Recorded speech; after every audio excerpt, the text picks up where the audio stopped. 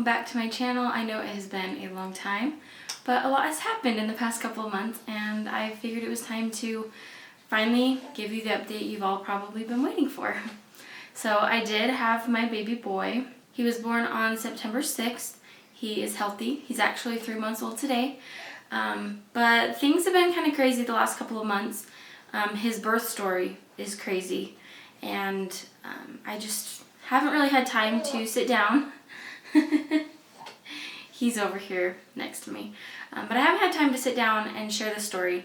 And I really wanted to be able to document it in the process, but things got crazy and I wasn't able to record things. So I figured I can at least share what happened here. If anything, for me to look back on, for him to be able to watch someday, to know what it was like when he came into the world. So everything started, I guess, August 31st. It was my 36-week appointment. It was just another checkup like usual, nothing crazy. I had talked to my doctor about wanting to possibly check at 37 weeks to see if I could be induced at 39 weeks, just since the end of pregnancy was really, really hard. I was in a lot of pain, I wasn't feeling good, and so we kind of talked about that at my 36-week appointment as well. Normally, all of these appointments I went to by myself. Since there wasn't an ultrasound, we didn't feel like my husband needed to be there. But for some reason, he had already taken the day off of work for a prior obligation, and so he was actually able to come to the appointment with me. Boy, am I glad he was there. The nurse came in, checked my blood pressure, checked all the vitals, and then my doctor came in, measured everything, checked his heart rate, and at the end of the appointment, I thought we were in the clear. I thought everything was good. And she then proceeded to tell me that my blood pressure was high. At first I didn't really know what this meant, since my whole pregnancy had been pretty normal. Hadn't had too many complications. And so I wasn't sure what exactly that meant. But then my doctor continued to explain that it could be concerning because it could mean possible preeclampsia or other risk factors. And so she wanted to keep a close eye on it. We scheduled my next appointment for 5 days later, and she told me that if at that appointment my blood pressure was also high, that I would likely need to be induced that night because it could cause more stress on the baby, on my body, and we did not want that to happen. I went back to my next appointment on September 5th. It was my 37-week appointment, and of course my blood pressure was much higher than the week before. I went to this appointment by myself because my husband had work, and honestly, when my doctor told me that we were going to be having a baby that night, or at least starting the process, I was excited, nervous. I felt at peace, but also didn't exactly know what to expect. As soon as I left, I called my husband.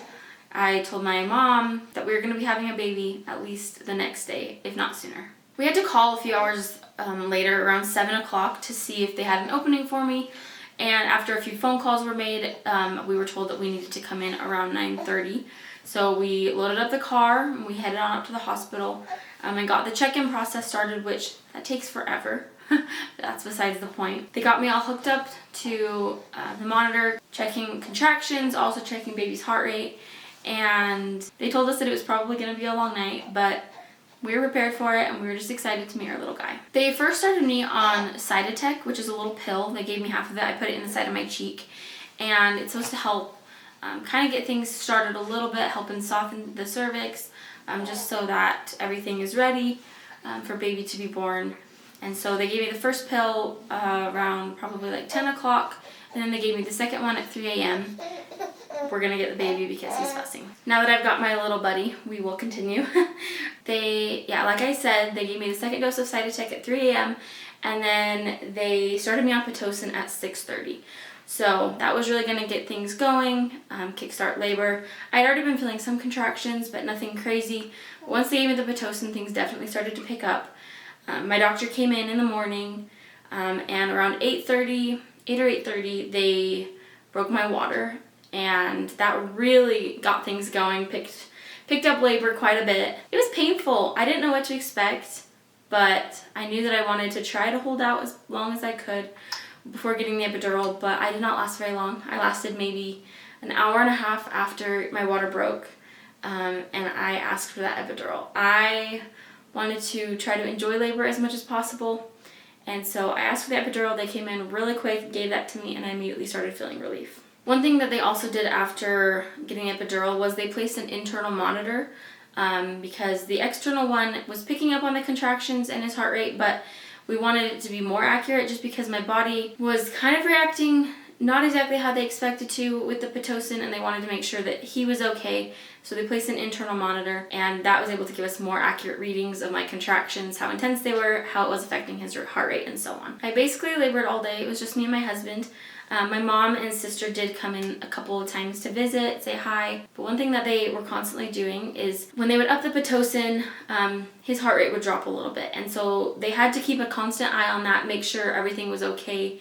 And so because of that, I was constantly changing positions. They had me on my right side, my left side, sitting up every few minutes it seemed. But we just had to make sure that his heart rate was okay, and that the Pitocin wouldn't negatively affect anything. It took a while for things to really get going.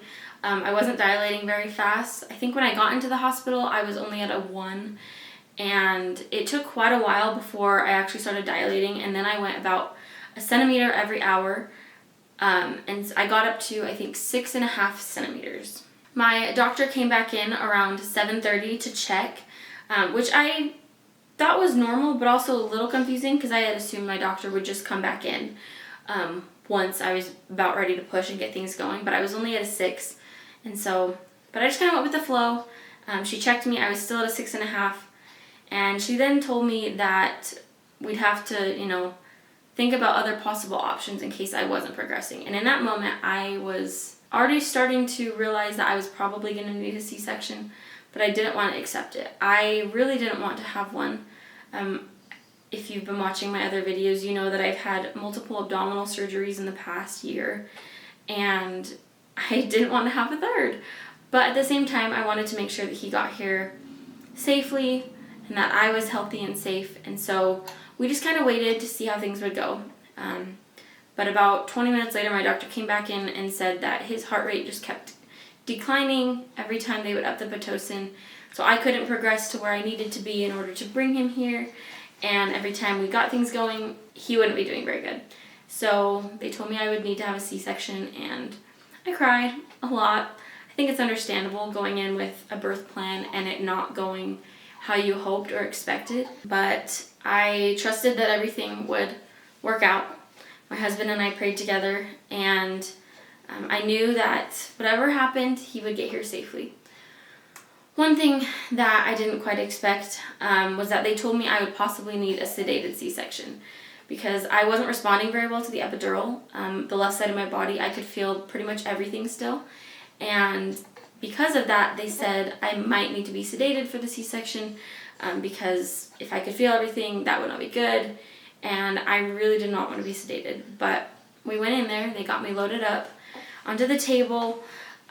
They gave me a ton of extra medicine, numbing, just so I couldn't feel things. And eventually they tested me and I couldn't feel it. And so we got the go-ahead to start with the C-section. Getting a C-section is crazy because you're awake for it. And although you're numbed, you can still feel the pressure, the pulling, and that was not something I expected, and it was not comfortable. There was so much pressure, and a lot of tears were still shed, and that may not be the case for everyone. It may have just been my experience, but either way, I made it through it. And after a long 24 hours of laboring and eventually a C-section, we brought this little guy into the world. He was born at 9:01 p.m. and I was out of it. I was really tired. I don't know if some of the medicine they gave me made me really sleepy or what, but I struggled to stay awake. They had to give me extra oxygen. I was struggling with that a little bit. Hearing his cry was definitely one of the most special things, but at the same time, it was a really weak cry, and we discovered that he was having difficulty breathing. They immediately took him over to the table to get him measured, weighed, and my husband luckily got to go over and be with them and record some of those moments that I could watch later. But he was really struggling with his breathing, and so he ended up staying in the OR on a CPAP machine for about 30 minutes to an hour after he was born. They got me stitched back up, took me back to my room, and then my husband and I moved over to our postpartum recovery room while we waited for him to be brought to us. It was such a surreal experience when the nurse walked in with the baby and said, "Here he is, like, he's yours." Because one moment he's still with me, inside me, and then the next he was just here. Lots of tears were shed, to say the least. My husband and I were very excited. I was still in a little bit of shock at everything that had just happened, that I didn't know how to process things, but we were just so happy to say that, he was here, and we were parents, and we'd waited for this moment for so long, and we just still couldn't believe that it was here. After he was born, I thought that the worst or the hardest was behind us, and that it would be a pretty smooth sailing experience from then on. We would, be there maybe a day or two, and then get to go home. But because he was born early, and just some of the complications that came with, me having high blood pressure and having the CSection, he ended up having really low blood sugars, and they had to take him to the NICU for a while. First it was just for 24 hours, but then they took him back periodically throughout the next few days that we were there. They hooked him up to an IV in his head, and they gave him dextrose, basically just sugar water, to get his levels back to normal. And that was really hard because I didn't get to nurse him like I wanted to. I didn't get to have that initial, I guess with the C-section, I didn't get to have that initial skin to skin like I wanted.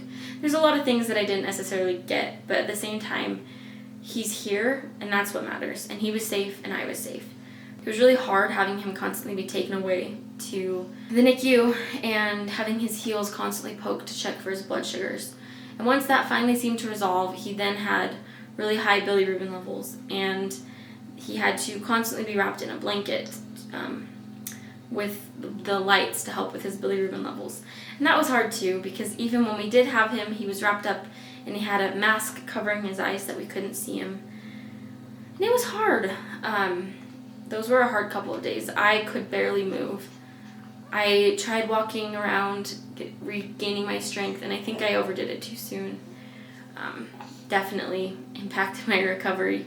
But we eventually made it through, and after I think 6 days of being in the hospital, we finally got to go home. His levels were getting better. I was starting to be able to walk more. Of course, it was a really long recovery at home over those next couple of weeks. And, the difficulties struggling with postpartum depression. It's definitely taken a toll on me the last couple of months. That's one of the reasons why I'm just now getting around to making this video. But I'm happy to say that we're finally in a good, happy place. It's been 3 months with our little guy. He's getting so big, he's so strong, he's gaining weight. I honestly just feel so blessed to be his mom. It has been such a surreal experience, a very humbling experience, a very tired experience, but it's all worth it for him. Being a mom is hard, but it's so, so worth it. This is our little guy. His name is Liam. He is our little best friend, and I am just so grateful to have him here with us. The birth experience definitely wasn't something that I expected, but I'm just so happy that he's here, he's healthy, he's safe, and he really is the perfect addition to our little family.